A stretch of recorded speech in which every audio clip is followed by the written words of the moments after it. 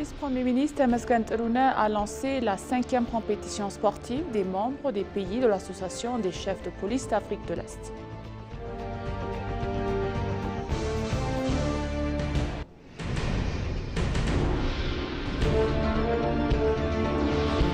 La directrice générale de l'OMC, Ngozi Okonjo, a noté que le pays s'efforce de remplir les conditions préalables nécessaires.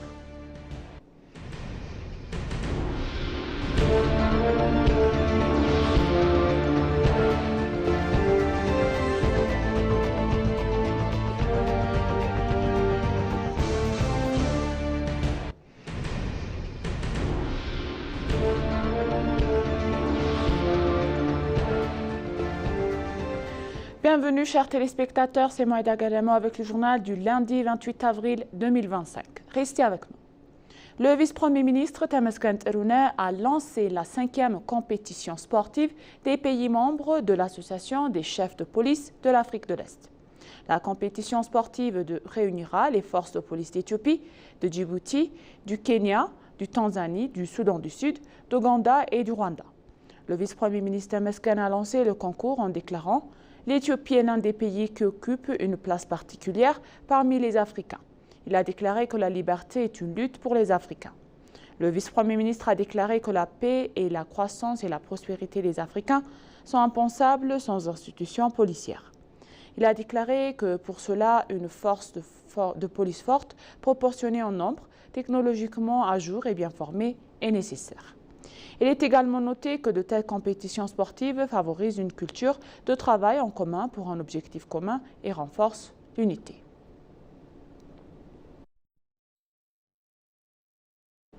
Le commissaire général de la police fédérale, M. Demelach Gabriel Michael, a déclaré que la compétition sportive des pays membres de l'Association des chefs de police d'Afrique de l'Est vise à renforcer davantage la paix et la coopération globale entre les pays et au-delà de la compétition.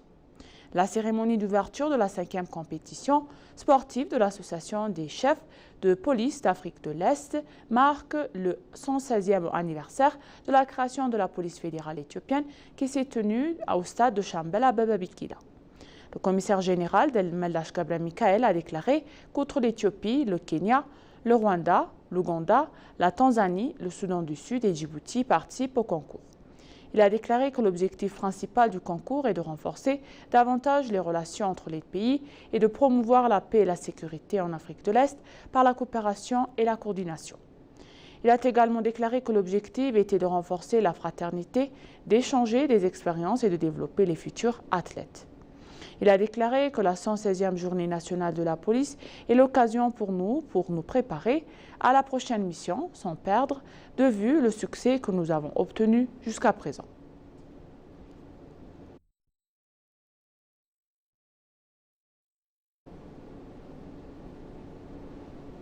L'Éthiopie et la Société américaine du financement de développement international ont convenu d'explorer une coopération en matière d'investissement stratégique.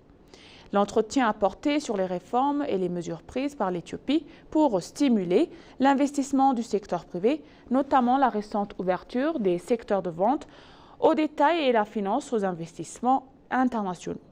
Le directeur général a souligné les domaines d'investissement prioritaires de la SFI, notamment les TIC, les minéraux, les infrastructures et l'agriculture, et a fait part par l'intérêt de la SFI pour l'exploration d'opportunités d'investissement dans ces domaines en Éthiopie.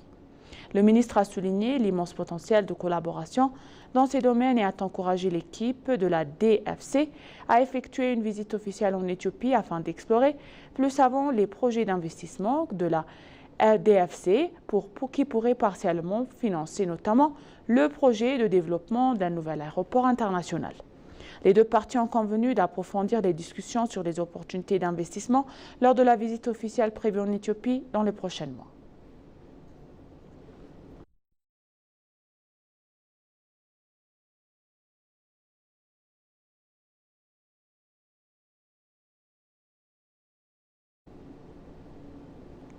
La directrice générale de l'OMC, Mme Ngozi Okonjo, a noté que le pays s'efforce de remplir les conditions préalables nécessaires. Dans un message partagé par la directrice générale sur sa page de médias sociaux, elle a déclaré en marge de réunions de printemps organisées conjointement par l'Organisation mondiale du commerce, la Banque mondiale et le FMI.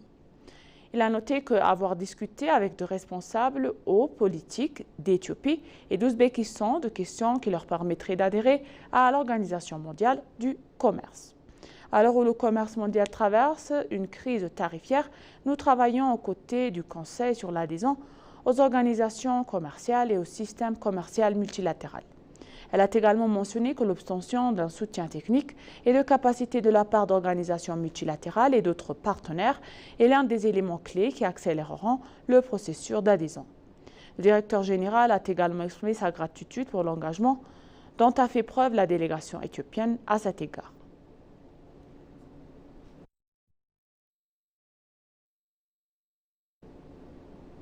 Plus de 10 600 militants d'État d'Amara ont répondu positivement à l'appel de la paix gouvernementale et du gouvernement selon le bureau régional de la paix et de la sécurité d'Amara. M. Chete Youssouf, le chef du bureau régional de la paix et de sécurité, a déclaré à l'ENA que des opérations de maintien de l'ordre de grande envergure étaient en cours pour instaurer une paix et une stabilité durable. Il a ajouté, pour ceux qui ont choisi la paix sont accueillis et bénéficient d'une formation à la réinsertion. M. Chete a souligné l'intensification des actions contre les éléments extrémistes impliqués dans les pillages et des violences, ce qui a permis d'améliorer la sécurité et de rétablir la normalité dans de nombreuses régions. Plus de 3 000 des 10 600 militants ayant accepté l'initiative de paix cette année ont déjà suivi une formation de réforme de réintégrer leur communauté, a-t-il déclaré, ajoutant que les préparatifs sont en cours pour des personnes restantes, réaffirmant ainsi l'engagement du gouvernement envers ceux qui ont choisi la paix. En outre, il a appelé à un soutien et une coopération continue de la population, soulignant leur rôle essentiel dans le succès des opérations de sécurité en cours.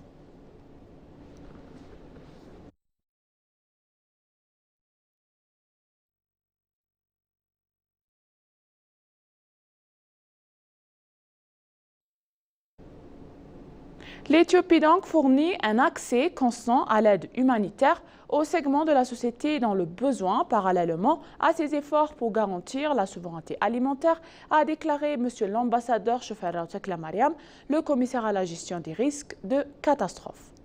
Il a déclaré que les succès enregistrés dans le secteur agricole du pays montrent que le pays est en train de développer sa capacité à résister aux catastrophes naturelles et d'origine humaine avec ses propres ressources. Il a noté que des travaux fructueux sont réalisés dans toutes les régions pour couvrir durablement l'aide alimentaire. Le commissaire a également noté que le soutien a continué à se renforcer. Il a également déclaré que 14 milliards de birr ont été dépensés pour fournir un soutien aux citoyens considérés comme ayant besoin d'une priorité dans le cadre du programme de livraison quotidienne d'urgence au cours de 3 mois de juin à mars. Il a mentionné que cela est fait par le gouvernement et les agences partenaires. Le commissaire a déclaré que l'Éthiopie continuera à travailler ensemble sur le développement durable. Il a déclaré que la coopération avec les partenaires se poursuivra dans les domaines des infrastructures, de la technologie, de la science et de la recherche, ainsi que d'autres domaines qui garantissent l'invisibilité.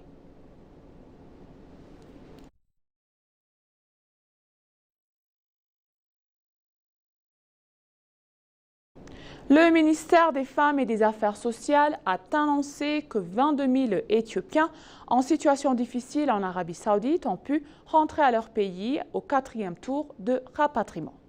Le ministère a indiqué que 3 240 personnes ont été rapatriées sur 9 vols au cours de la seule semaine.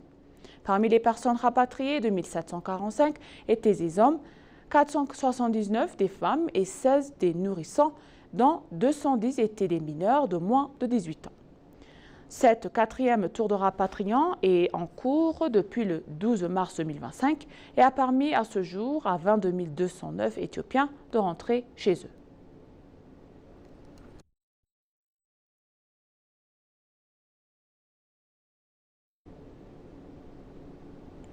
Et pour conclure le journal donc, le parc national des montagnes de Balé, deuxième ressource naturelle d'Éthiopie, a été inscrit par l'UNESCO et a été visité par des ambassadeurs et des représentants de l'Union africaine. Il a noté que l'initiative avait le potentiel de devenir une destination reconnue à l'échelle mondiale. Dr Rita Bisrunat, la représentante de l'Union africaine et de l'UNESCO en Éthiopie, a déclaré que le site est un endroit que le monde entier devrait visiter. Le représentant ajoute que nous ferons notre part pour soutenir les sites du patrimoine inscrit à l'UNESCO et les faire connaître au monde.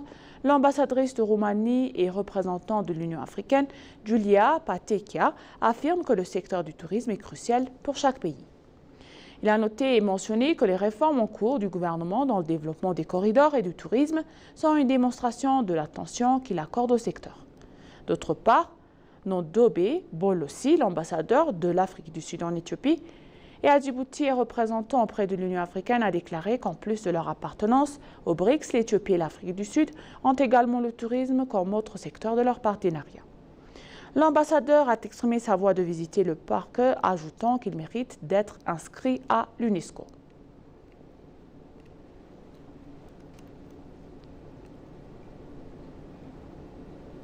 Et maintenant, chers téléspectateurs, je vous rappelle les titres principaux. Le vice-premier ministre Temesgen Tirune a annoncé la 5e compétition sportive des pays membres de l'Association des chefs de police d'Afrique de l'Est.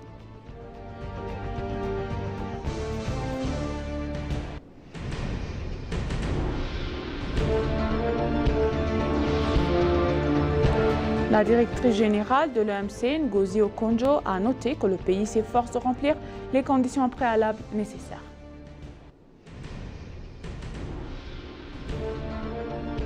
Merci chers téléspectateurs, ainsi s'achève le journal d'aujourd'hui. C'était Moïla Garramao et je vous souhaite une bonne journée.